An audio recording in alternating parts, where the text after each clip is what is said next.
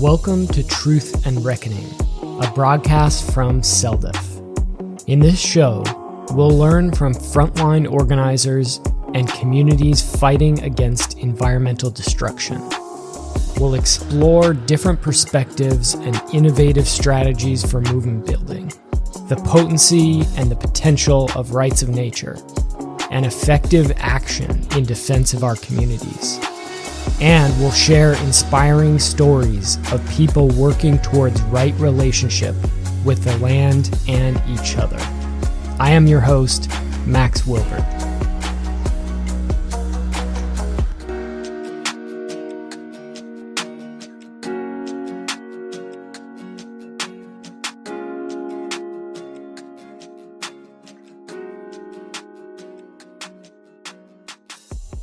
Joining me today is Tish Odell, who conducted the interview that we're featuring on today's podcast.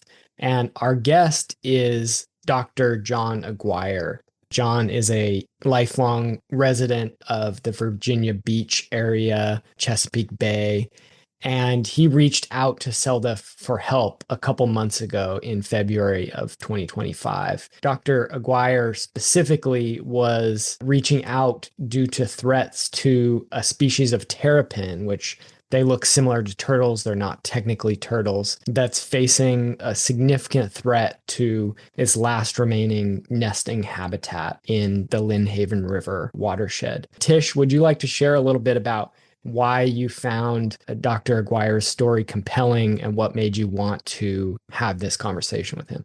Yeah, thanks, Max. It's funny, as CELDF being, an environmental law firm, the situation he described about how this habitat was going to be destroyed for this species, and he was so passionate in his emails to me and caring about this Diamondback Terrapin, and sent me all this information about things he'd been doing to try and stop this project and help the terrapins.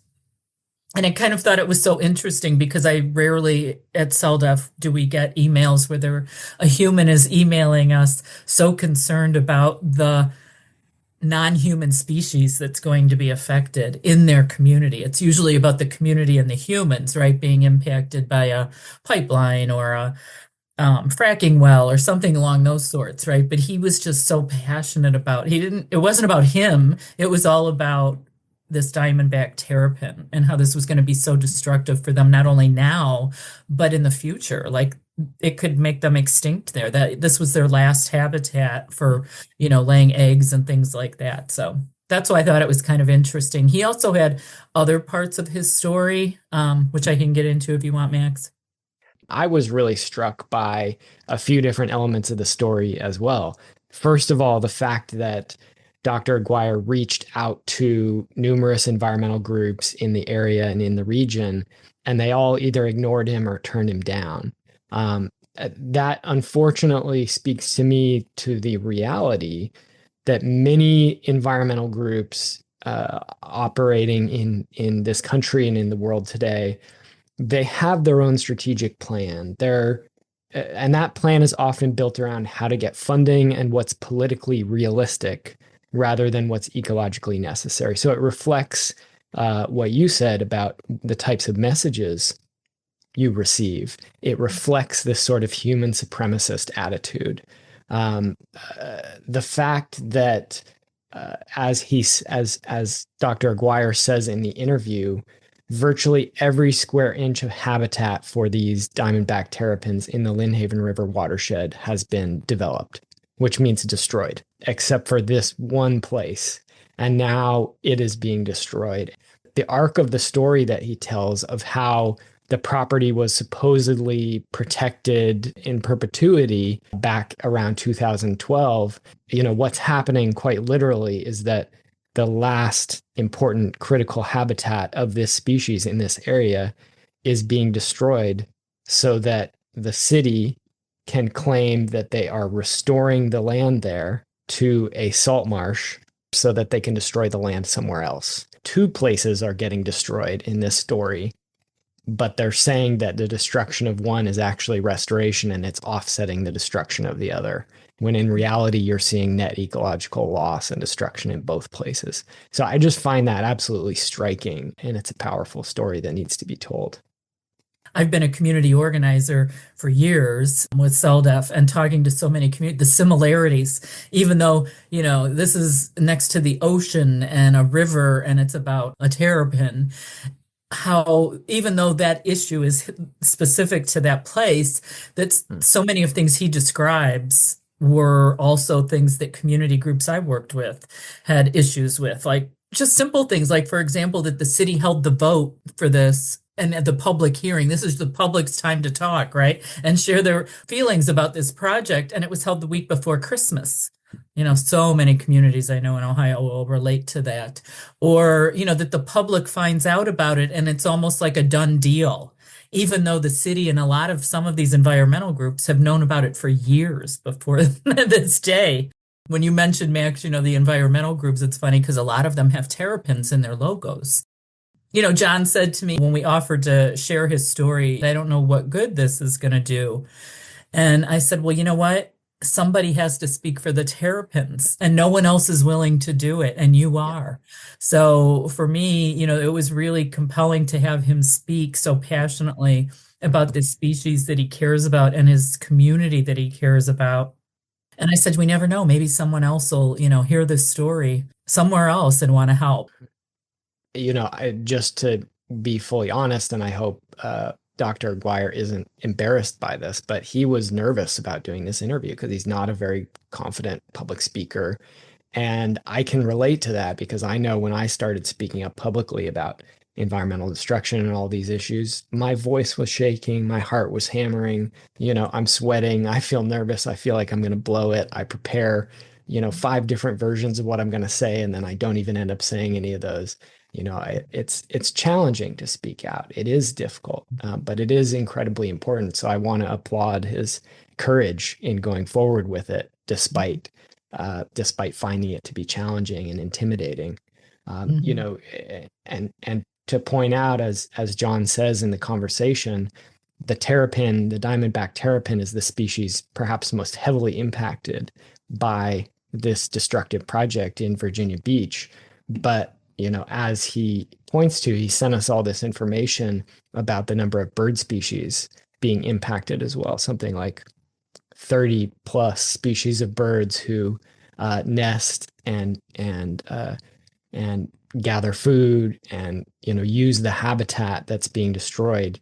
As we record this conversation, the destruction is ongoing at this location. I think it's important for people to understand this because people often think about ecological destruction as something that's happening on the other side of the world.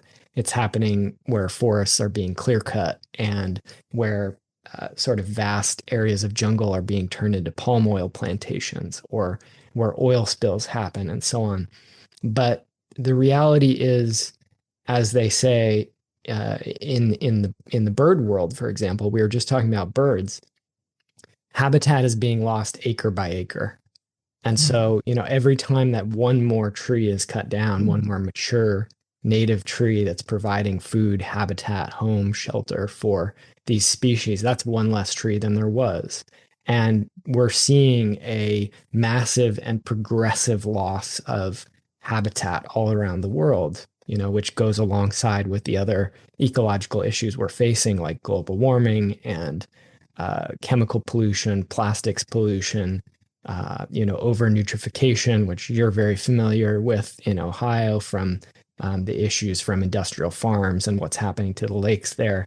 And all of these issues are occurring at the same time, but they're happening in our own backyards and in our own communities, wherever we are. And it's so important that we recognize that and do something about it, try and stop it.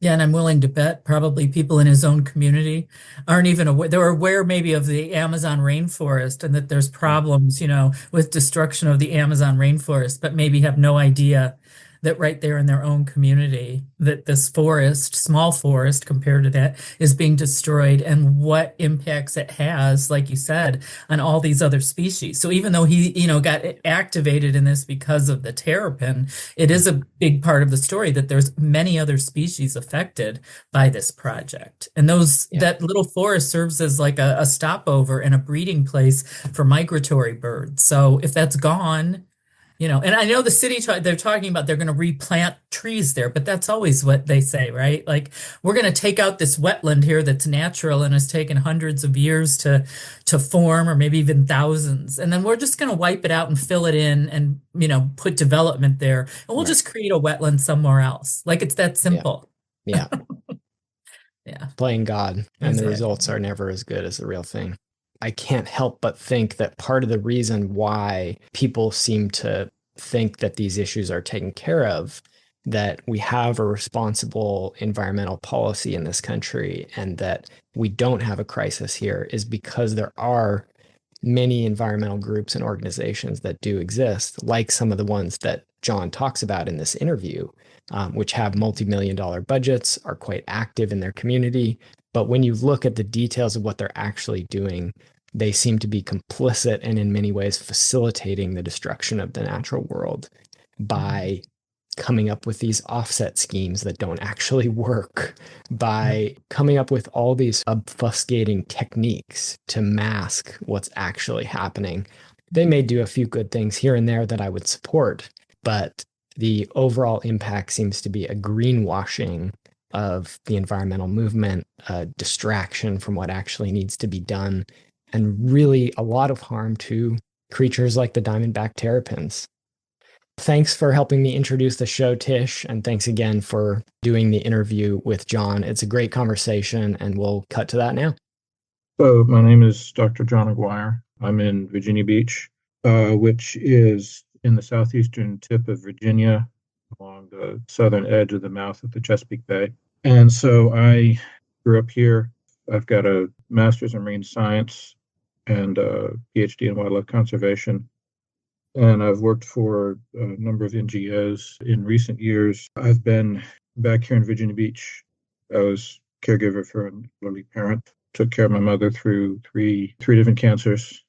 And so as I've grown up and lived here, the population of Virginia Beach, it absolutely exploded in the 1970s, shortly after the city was officially incorporated. And it has just been sort of a monument to ever expanding sprawl ever since.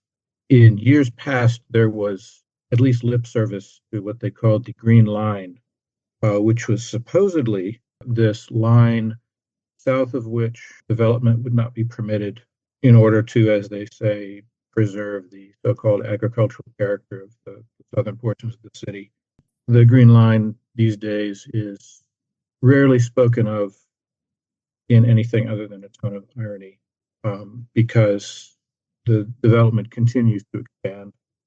The city just recently signed deals for not one but two large Amazon facilities on former farmland, and so that process continues unabated. That's had tremendous effects over the years. Oh, yeah, and unfortunately, John, yeah, there's other communities that are facing, people, I think they don't realize that the things that are convenient for them, like that's what I've heard since the beginning, right? How convenient Amazon is and having your shopping delivered right to your door. But yeah, Mm. there's always a negative effect of all that stuff. So, Yeah, and especially since Virginia Beach has, built its identity around being a tourist destination. Until not too many years ago, we sort of accepted that the summer would be mobbed because of all the tourists and it would quiet down, during the rest of the year. But unfortunately, in recent years, it's just mobbed continually now. mhm. And I've had family in the Outer Banks in North Carolina, um, and they've lived there for many years, and they said the same. Because I remember, back when I was a kid, the Outer Banks really was just one-story cottages scattered across the dunes, and now it is just, packed with big box stores and strip malls like anywhere else. Mhm. That has had an overwhelming effect as far as habitat for all the species of fauna and flora that were here in this region before us, and also for just basic quality of life. It's become almost impossible now to find anywhere that's even a scrap of woodland where you can just be, where you can just exist in the woods, where you can spend time out in a semi-natural environment, either through outright destruction or just through, more insidious means of abuse and neglect and overuse. Virtually all of the natural areas in the city are either gone or tiny scraps, or in some cases simply just so flooded with people that it's really impossible to enjoy. I love that your description there. Most people think of being by the ocean, right, in hurricanes, and being that nature floods the area with, water, right? And it's like, and I love how you used flooded with humans. Well, flooding is driving, this current situation on this specific property. This area, I believe, it's considered the second most vulnerable city in the United States to sea level rise after New Orleans. And like New Orleans, there are concerns in terms of what would happen if we had a direct strike from a major hurricane. In 2012, there was a very large hurricane called Sandy, uh, which went up the mid-Atlantic coast, and we just had a glancing blow here. It was much more destructive in New Jersey. More recently, in 2016, we had a hurricane called Hurricane Matthew, um, which was not especially destructive in terms of infrastructure, but it caused a lot of flooding in some areas. It dropped about 8 inches of rain in just a few hours. And I was actually out in that at midnight. All the power was out. The only way you could see the road driving was with the lightning, which was almost constant. Hmm. And so I had to drop a friend off. I couldn't get anywhere near his house because his whole neighborhood was flooded. And he told me later he'd been walking through water up to his waist to try to get to his house. And so that was localized. There were specific neighborhoods that had that kind of flooding, but that sort of gave the impetus to some projects that were intended to control the flooding. Yeah, that leads right into the, why you contacted CELDF, um and it's out of, concern for these Diamondback Terrapins. And so maybe you can describe a little bit about, obviously, I don't know much about that species, and Mhm. probably listeners don't either. And then also this project you're mentioning, like, how is it, one, supposed to help with the flooding, and two, how's it going to affect the terrapins? The species is Malaclemys terrapin, and it's the only brackish water turtle analog in the East Coast region. On the map, it would look like they have an extensive range. They run along the coast and salt marsh habitat, actually around Cape Cod, down through Virginia, down the Florida coast, and across the Gulf Coast almost to Corpus Christi. That might sound like a really extensive habitat, but the fact is, the actual area that they inhabit is really just a filament of coastline, filament of this salt marsh habitat, which is an intertidal habitat. So there isn't much geographical breadth to it, and their elevation limit is maybe 15 feet above the water level. They're primarily aquatic. They're small turtles. The males are about 5 inches. The females are maybe 7 and 9 inches at most. They're very well adapted for swimming. They spend a lot of time in the water, and so they will feed on whatever they can find. Small fish, shrimp, especially small crabs, mollusks, clams, and especially when they can get them, marsh periwinkles, which is a small type of intertidal snail. And so in feeding on the periwinkles, the Diamondback terrapins actually serve as a keystone species for the salt marsh habitat because the marsh periwinkles can be hyper abundant. Countless thousands of the periwinkles And so that exerts severe grazing pressure on the salt marsh grasses.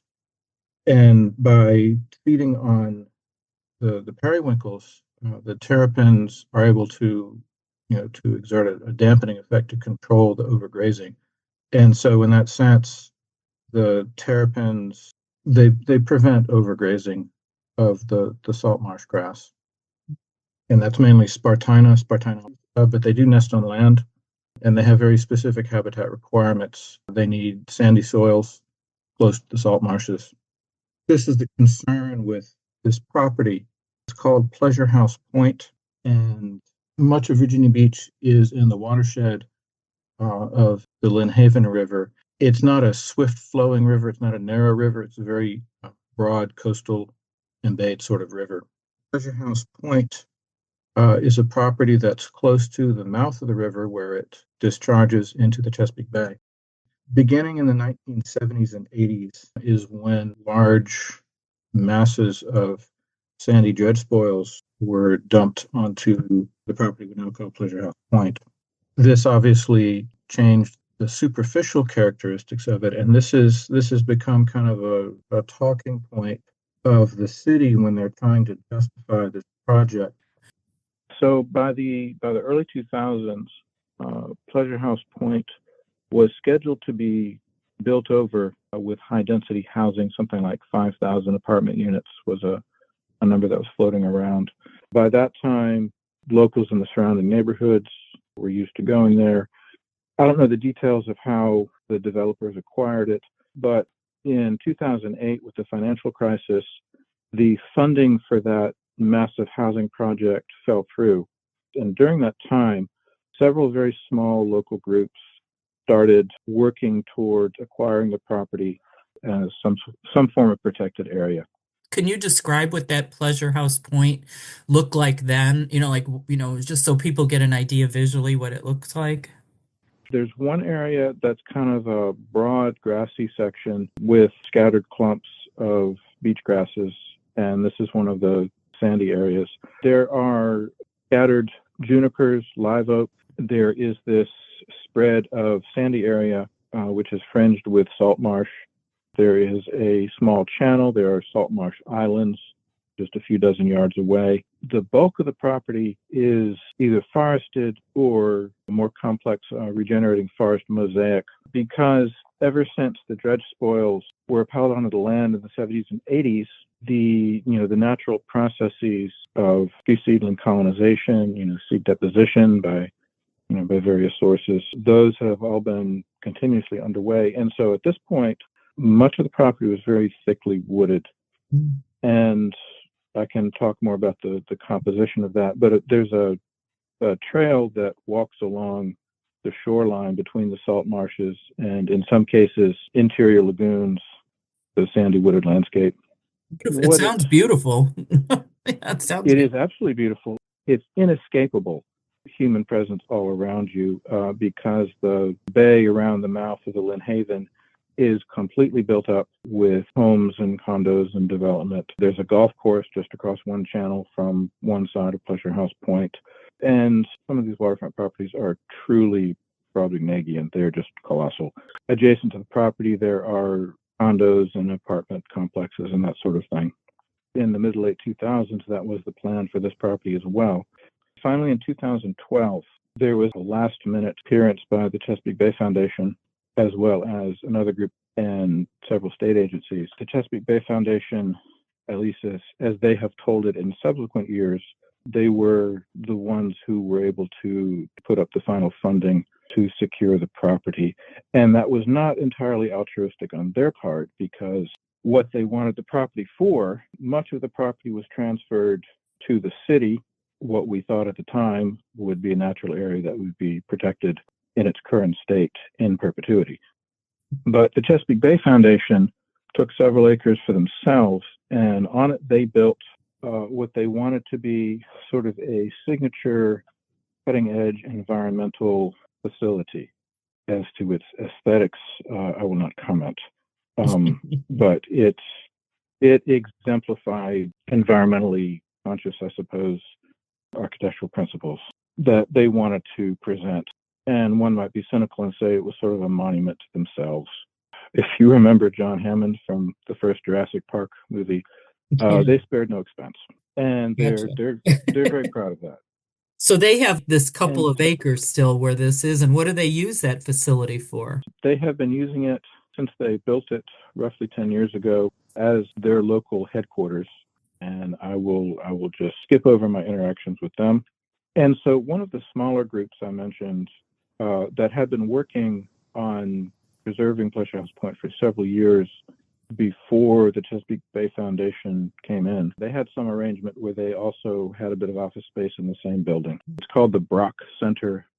Just to be clear, Jen, so I can clarify this for myself. So this environmental center is it may not be like the best thing that could be there probably because being totally natural might be the best, but the terrapins themselves, I mean, like they can still have their habitat and lay eggs and all that stuff because that's really the only thing on Correct. this property is that building. I'm just trying to visualize it in my head. Right. Well, it's in terms of infrastructure on the property itself, the Brock Center is the primary structure. Mm-hmm. And so this sandy area between the Brock Center and, the creeks and inlets that are part of the Lynnhaven River, that is good habitat for the terrapins to nest in. I don't know if there's been any systematic effort to document terrapin nesting. I do know that in the dozen or so years since Pleasure House Point was, declared protected, both the Chesapeake Bay Foundation and the smaller organization have frequently trumpeted the area as, as a refuge for the terrapins, particularly their nesting, and claims have been made. This spot, Pleasure House Point, in its entirety, is the last significant nesting area for terrapins in the Lynnhaven River. And this is because virtually every other square inch of the waterfront of the shoreline has been built up, has been developed. And so most of these properties have bulkheads of one form or another. Some places have riprap.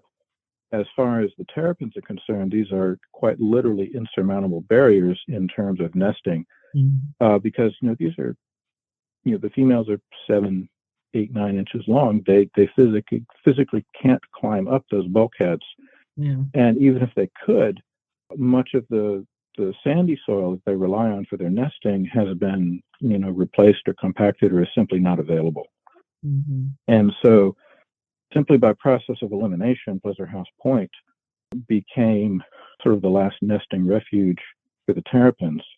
And that has been a point of pride for these organizations and also for the city. The city websites had little informational snippets, and they did YouTube videos about how the terrapins were nesting on this property. Again, this sort of, is part and parcel of the notion that this, being the largest undeveloped property left of the Lynnhaven shoreline, that this would be protected in perpetuity. And that was always the public perception. That was always the impression that the Chesapeake Bay Foundation and the smaller organization were giving. And so that's why a lot of people were startled, if not shocked, to learn that the city was planning to bulldoze a large portion of that regenerating forest mosaic in favor of what they claim is wetlands restoration. And this is something that I have certainly strong concerns about in terms of what exactly they're planning to do. One question I had about the terrapins was, I think you sent it to me or I looked it up, that the terrapins are deemed a species of the highest conservation concern in the state of Virginia. So that's even like the state recognizes these terrapins. Here's the trick. The designation in the state of Virginia is species of greatest conservation need.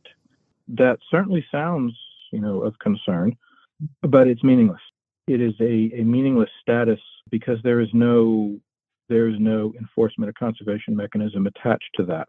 And that has been, this is what I've learned, is that there isn't a single state agency that'll even say one word in defense of these terrapins, not that I've found. When I first heard about the project, and as I was learning more about the project, I was trying to contact anyone who could simply give me an idea of what sort of protections the terrapins had, either specifically in the Lynnhaven River or in Virginia in general. And that was a very long, frustrating process of learning that they really have no protections.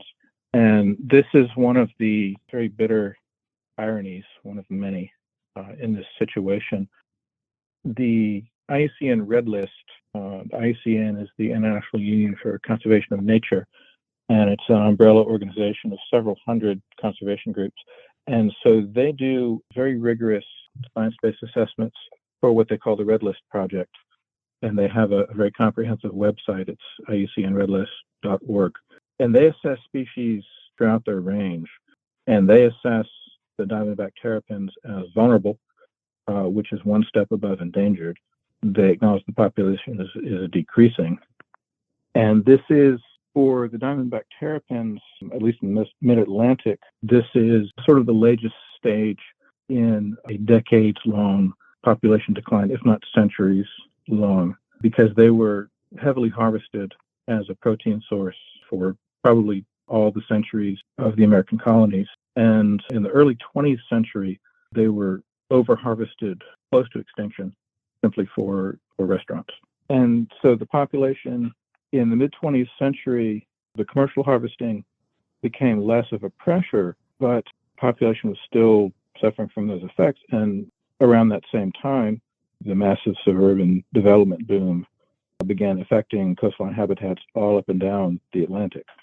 The project the city's doing, so they're going to clear cut some of the trees and wetland restoration. So what are they doing then after they clear out these trees? So the plan is to essentially hollow out the heart of Pleasure House Point, clear cutting trees, clear cutting all the way down to the water's edge from what I can tell on the maps. They're also going to be removing a great volume of soil. And the plan is to grade what's left of that portion of the property so that in their estimation, it will be quote unquote restored to being a tidal wetland. This has become one of their major selling points, that this is quote unquote restoration. The problem is they're making these vague claims that this area was formerly tidal wetlands, but they're not giving any specific benchmarks as to what that really means in terms of species composition. As near as I can tell, they're not referencing any specific sources that give details about this. And so it's very open-ended as to what they're claiming they're doing. With respect to the terrapins, of course, this is immense disturbance to, as the various conservation groups have said, their last significant nesting site in the Lynnhaven River. And unfortunately, the terrapins themselves, in all the discussions over the last couple of months, such as they have been, terrapins have barely been brought up at all. I don't recall offhand that the city has really addressed that.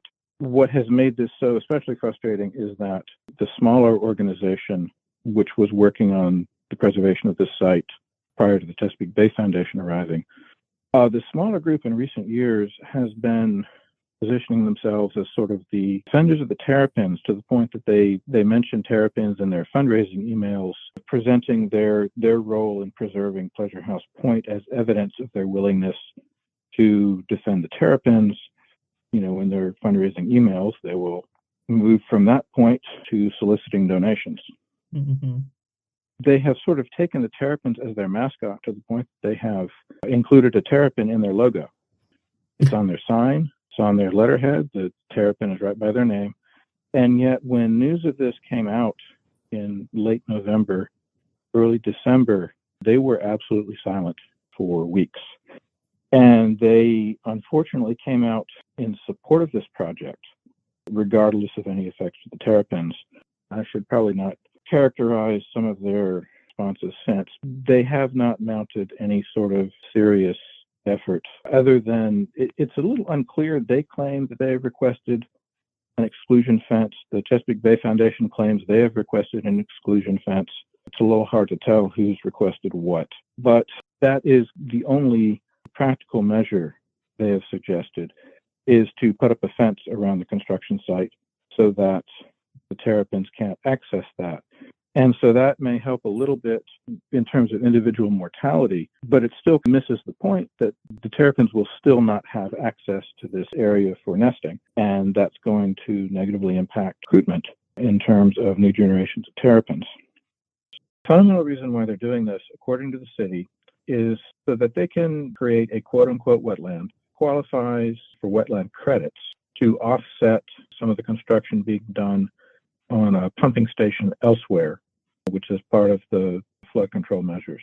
And there are other people in the community who have been following up on this in great detail in terms of the regulatory situation.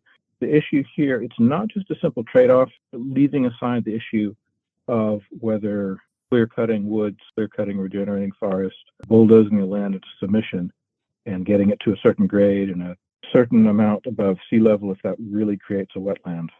The pumping station itself, which the city claims they need to do this to compensate for, only requires about half of a wetland credit to cover the pumping station itself. What the city is trying to do here is create a so-called wetlands bank of multiple wetland credits, far more than they need for the moment, which they can then draw upon for what they claim will be other city projects in the future. That aspect of it, the regulatory aspect, is quite detailed. Like I said, we only found out about this in latest November, and that timing was not a coincidence. And it seems pretty clear that the city had been working on this quietly for some time. When the news got out, there was only one public hearing, which was on December 19th, just before the holidays, scheduled at a very inconvenient time on a weekday afternoon. That was the first public presentation of the project as they had already decided it would be. Quite a few people attended. Most people, from what I could tell, spoke out against it for any number of reasons, but that didn't really matter. Again, that was December 19th. The formal city council vote was scheduled for January 7th, immediately after the holidays. And so it seems, in retrospect, it seemed pretty clear this was a very deliberate timing to prevent spin-up of opposition. Yeah, unfortunately, so again, we've heard that this happens in other communities too, John. It's a strategy they use. Yeah. Mm-hmm. Again, a lot of people spoke out against it at that council meeting on January 7th. Unfortunately, the small organization with the Terrapin logo spoke in favor of the project. And I can't speak for all their membership, but I have spoken to individual members of this organization who feel quite betrayed by that. I know this is just surmising, but why do you think they would be in favor of the project? Because their focus is on tidal wetlands. And so I can't speak for their precise calculus, but they evidently seem to feel that this serves their long-term agenda, regardless of any cost to individual organisms, to habitat that might have developed there. But in terms of the process here, City Council voted 10 in favor and 1 absent. They voted in complete lockstep. They had very clearly made up their mind, who knows how long ago. The story about that seemed to change. Originally, they seemed to be saying this was sort of a last-minute backstop because something else had fallen through and that they were sort of scrambling, and that's why everything was so last-minute and so poorly publicized. And yet, when people started complaining about that, the city seemed to change their tack and seemed to be saying that, well, we should have known about it all along because this has been in progress since 2018, 2017. And so this raises the question to the Chesapeake Bay Foundation and the Terrapin logo organization, were they really that unaware of what the city was planning on the property where their offices are immediately adjacent to? Or were they aware of that and they just chose not to emphasize that to their membership and to the community? I can tell you here, just from working with communities all over the country, what you're describing, last minute notification of the community, that's not unusual. I mean, that happens whether it's I can remember one in Ashtabula, it was a pig iron plant. It had been in the works with the city, the corporation, for 10 years before they had a public meeting and let the community know. And then they present it but it's a done deal. It's a big rush and it's a done deal. Everything's been signed already. That really does seem to have been the case here, in particular with reference to the permitting. The city seems to be very adept at navigating the permitting process. They are claiming that all the permits are in place. And so clearly they were paying attention to all of that for quite some time. At those two meetings, at the meeting on December 19th in particular, a lot of people were asking really good questions for which city often did not have convincing answers. People were asking about the future of the habitat that's being clear-cut. And one of the engineers said, well, all of that habitat will return. Well, no, they're clear-cutting the regenerating forest with the express purpose of removing that habitat permanently. So, no, that habitat will not return. That's the entire point of the project. People asked about comparisons of biodiversity with the current vegetation and the artificial so-called wetland they're planning to create. In their answer, they made it clear they have no concept of what biodiversity really is. These are project engineers, and so for them, habitat is just stuff that's in their way. Clear cutting began on Monday. Went out there a couple of days ago. There's already an immense open space in what was pretty dense stands of forest, and I'm sure it looks worse at this point. One of the numbers that the community has been floating around based on a kind of informal survey that was done is that there are at least 5,000 trees that will be cut down. I would say that's probably a bit of a low estimate, so 5,000-6,000 trees at least. The city has only committed to replanting a few hundred little seedlings, so that's going to be an immense difference in terms of forest cover for that area that will no longer be forest cover. Mm-hmm. And one unanswered question, the city supposedly has one-to-one replacement policy for trees that are taken down on public property. They have to take down 30 trees, they'll plant 30 trees somewhere else. Again, I'm only aware that the city's committed to replanting a few hundred seedlings. And so I'm not sure where the other 4,500, 5,500 replacement trees are going to go, what species they'll be, if the city's even planned for this at all. So many questions people have brought up, the city simply doesn't have good answers for, or just tries to spin it. In some cases, people ask questions about one aspect and the engineers just sort of talked about something else entirely in their response. It's unclear if they simply didn't understand the question or if they just chose not to address it. Again, these are engineers. They're not by nature concerned with habitat or ecosystems or species or anything like that. Seems like all this is being done with complete disregard for the existing regenerating forest, for the existing wildlife, to say nothing of the concern for individuals who really, in many cases, passionately love this area. Right. And there was one question at a meeting a day or two ago, kind of a follow-up meeting, as to whether the city and the engineers had made any provisions for wildlife rescue from whatever organisms, whatever species, individuals may be essentially, habitat refugees from the clear cutting. According to the people who asked the question, there was blank stares from the city. It was not something they were even thinking about. There's three main things I think we really need as a community in relation to this project. And the first is an actual environmental reporter who can look into these things in detail, someone who is familiar with the various tactics and deflections that cities use in situations like this. Environmental journalists would be able to frame those questions and understand the techniques to get those questions answered. I know that the city, at least in some cases, has been aggressively unforthcoming in details in response to questions about aspects of this. In my experience, the city, and this is another very frustrating aspect of all of this, the city has put together what they call a myth-busting web page or something, which is essentially the city's narrative. And so the city has an entire communications department they can devote to presenting this very carefully worded narrative of what they're doing. From my perspective as a biologist, one of their claims, at least, was just absolutely false. They were claiming that the environment at Pleasures Point is not, quote, in their words, not native, unquote, which is just biologically absurd. It's hard to think of an area that has more native species. And in fact, when this area was first declared a so-called protected area in 2012, soon thereafterwards, it was receiving a lot of praise for protecting the maritime forest, which is a much rarer ecosystem than even tidal salt marshes. And so at that time, there was certainly no question about whether or not the vegetation on this property was native. It was recognized that this is the native vegetation that you would expect for this area, and it was receiving praise for that. One individual said that this was possibly the first time on the eastern seaboard that a municipality had received credit for protecting maritime forestry. In the years immediately after preservation of it, the purchase and preservation of it, it was widely celebrated as this little pocket of maritime forest shoreline habitat. Mm-hmm.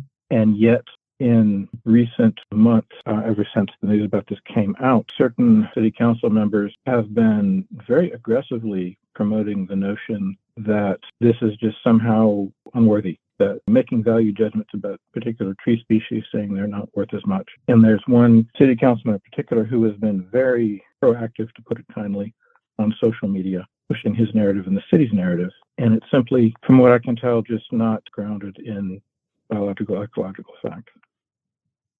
Well, it's really interesting because from our perspective and our work with rights of nature, and some of the things you just said there about, the values, right? Like, and the value of one tree species or even the terrapins, right? And that's part of, I think, the issues that we have to deal with as a species in this culture is that we never seem to consider any species. Sometimes we kind of consider ourselves human species, at least certain ones, but I don't think even as a whole, because I don't think we have an understanding of how we're connected to these ecosystems and to nature, and we are nature. So, yeah, I mean, this issue that you're facing raises all kinds of interesting discussion points that we have. And a lot of times the projects that we see in communities, like I said, contact us about are much more blatant, right? Corporate threats. They're a big development, or like you said, an Amazon warehouse or things like that, that people don't want, or a factory, where here you've got an area that's supposedly protected, but it's interesting from the standpoint too that again now we're looking at human protection, right? Because the hurricanes and we need to do this because of that versus the rest of the species. Like we're not that concerned, And we talk about human climate refugees, but you use that term to describe the wildlife in the area, that they're going to be refugees. Yeah, I think what you said before about not having that connection with nature, I think currently that is a direct consequence of having fewer and fewer areas which are anything like their prior extent, anything like the original composition. Many of the areas that places where I go birding, for instance, you can tell from the forest structure that they are fairly recent secondary, tertiary forest regrowing from some sort of agricultural use. I'm not sure if there even is anything remotely approaching old growth per se in this area. Even in areas that would like to present themselves as protected and having been protected from human influence, if you look closer into the history, you can see that humans have had tremendous effect in terms of impact, species composition, altering forest structure, that sort of thing. And so with reference to Pleasure House Point, certainly no one is arguing that this is a pristine natural area.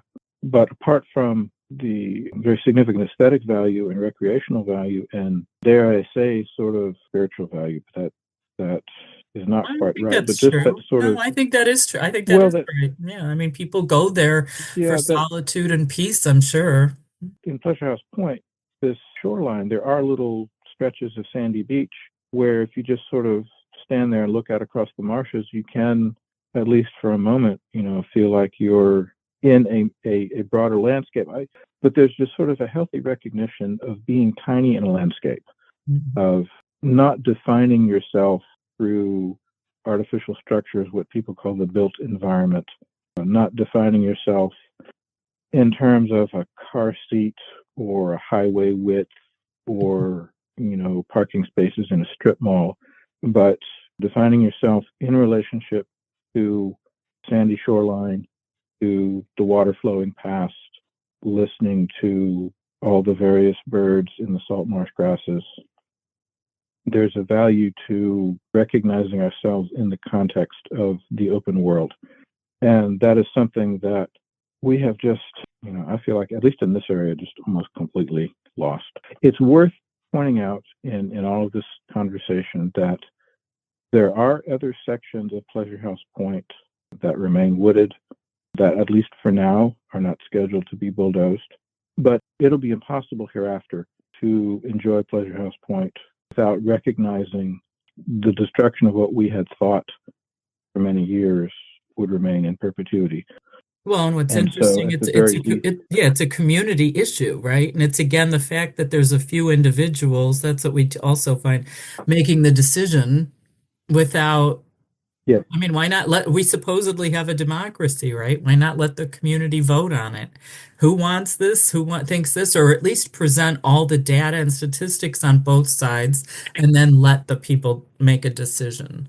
But it's like that decision-making power is always removed from the community members and handed over to a few people to make. this is another of those ironies. At least here in Virginia, we are just closing out what is optimistically called Sunshine Week, which is supposed to draw attention to the ideals of transparency and public involvement in our own government.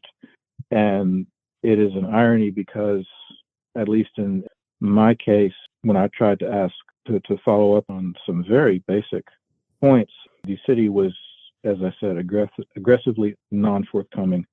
Something to note is that all of the individuals who seem to be involved with this are either engineers, city administrators, city council folk. There doesn't seem to be any sort of professional ecological consultation that I'm aware of. They may be relying on these two environmental organizations, Chesapeake Bay Foundation and the Terrapin Loco organization. I don't know.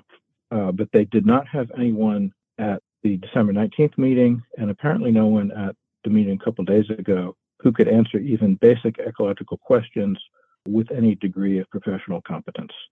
I really appreciate you, John, reaching out and speaking out for the Terrapins, because obviously they can't speak for themselves. And I'm just curious, like, what would you like listeners to this to do? I mean, or, what is there any action they can take? How could they help the Terrapins? I genuinely don't know. I don't think that there has been any systematic effort to assess any aspect of the local terrapin population. Mm-hmm. And I know this is more of what should have been done. As far as what people can do now, I genuinely do not know. When the news of this first came out, I spent weeks and weeks trying to contact people all up and down the eastern seaboard, trying to find anyone who could give me any advice at all. And very, very few of those contacts panned out. There's one thing I want to mention, just because this is another aspect to it that I find very disturbing. Several of the individuals and organizations I had contacted early on sort of all steered me in the same direction towards a particular individual at a nearby university who was a terrapin specialist. And so I was engaging with this individual, trying to learn as much as I could about what the options were if there was any sort of recourse at all for helping terrapins. This individual did not seem to share my concerns, despite having built a career on terrapin research. To condense the exchange, the individual indicated, my understanding, last thing I heard from him, was that he was not really interested in pursuing it. From the perspective, at least, of trying to help me help the terrapins. A few weeks later, the Terrapin Logo organization proudly announced they were consulting with this same individual. And so this same individual is apparently also consulting with the city. I find that, maybe I shouldn't take that too personally, but I find it very frustrating. And this same individual just last summer gave a presentation at a nearby Virginia State Park about Diamondback terrapins, emphasizing the need for habitat preservation as a key component of their conservation. I just find that disappointing, to say the least. So many sources, when you look at what the major threats to the Diamondback terrapins are, for instance, the red list assessment, the top threat is habitat loss, habitat degradation, followed closely by crab pots. Mm-hmm. Because they climb into the crab pots, can't find a way out, and then they drown. Right. But the primary threat is habitat loss, and this is how that happens. Patch by patch, snippet by snippet, what had been vast areas, comparatively speaking, of contiguous habitat are simply erased bit by bit. And Pleasure House Point, according to the Terrapin Logo organization, was the last significant bit for terrapins to nest on in the Lenape River. There are portions of the property that will remain, but this is a major section of the property that's going to be bulldozed, and it's hard to believe there will not be significant impacts to the local terrapins who will be arriving expecting to be able to nest as they have been in previous years. Right. And whether from direct impacts from the bulldozing and the clear cutting and the grading, or from turbidity and runoff, or from the exclusion fence that will prevent them from accessing, they won't be able to nest there. And there seems to be this assumption that, well, they'll just find somewhere else. Except we've had 10 years of the Terrapin Logo organization telling us there is nowhere else, that Pleasure House Point is the last significant nesting site for this species in Inland Haven. I can't imagine there will not be severe impacts on the local population. Well, it's interesting. You mentioned two things in that last statement you made that are very much, a focus of our work. And that's one, the regulatory, issues. And so we destroy their habitat at a regulated rate, right? Like, so we don't do it all at once. Right. We do it, like you said, in little snippets, right? And that's same thing in all the other places, right? We'll just regulate the harm to the environment, and we'll let it be poisoned a little bit over here and a little bit over here, but we're dealing with the cumulative effects of all that, regulated rate of destruction and harm. And then the other thing about the professor, we run into that too. That's the corporatization of, science. I mean, it's where the funding's coming from. If you get funding to research, but you don't get funding to actually do anything about stopping projects, but you get funding to do research. I'm familiar with the academic environment. I think it was years ago, David Suzuki, who highlighted a conversation he had with a botanist who was studying endangered flora and just would not speak up, would not lift a finger to protect the species that he was working on that, were facing extinction. And that is, unfortunately, I tried contacting a number of different organizations, institutes. There's one local institute called the Virginia Institute for Marine Science, and I tried contacting someone there, and that was not productive. I certainly agree with what you're saying in terms of financial incentives, but there's also this strong disinclination in academia in many cases to speak up at all. Right. It's interesting. We had an event last year called the Truth&Reckoning and Right Relationship with the Great Lakes, and one of the speakers we had was an academic, a university, PhD, and one of the revelations and one of his truths was that he said, I've just come to realize that all these years I've been teaching my students all the theory and the knowledge behind these things and to come up with these ideas, but I wasn't teaching the action portion. So teaching all these things without the action part is meaningless. Thank you again for taking the time and for sharing this story, even though it's a sad story, but we'll post it with some photos, and maybe there'll be other people in other places who will hear it and want to help take action to try and, protect this habitat for the terrapins. Like this whole value thing. Why are humans more important than the terrapins? It's like we're all connected. We're all part of the habitat.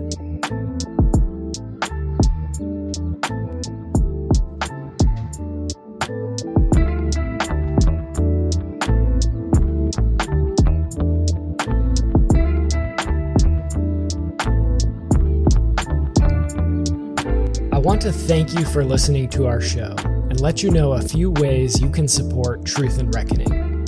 First, share this broadcast with your friends and family. Leave a positive review via your podcast app. Visit the Truth and Reckoning YouTube channel and leave a thumbs up and a comment. The full scope of the work of CELDF, including this show, comes with a financial cost. So if you're able to make a donation, go to CELDF.org. That's CELDF.org. But most importantly, our goal for this show is to empower you to take action. So the best way you can show your support is to get involved with your community and protecting the place where you live. Thank you very much.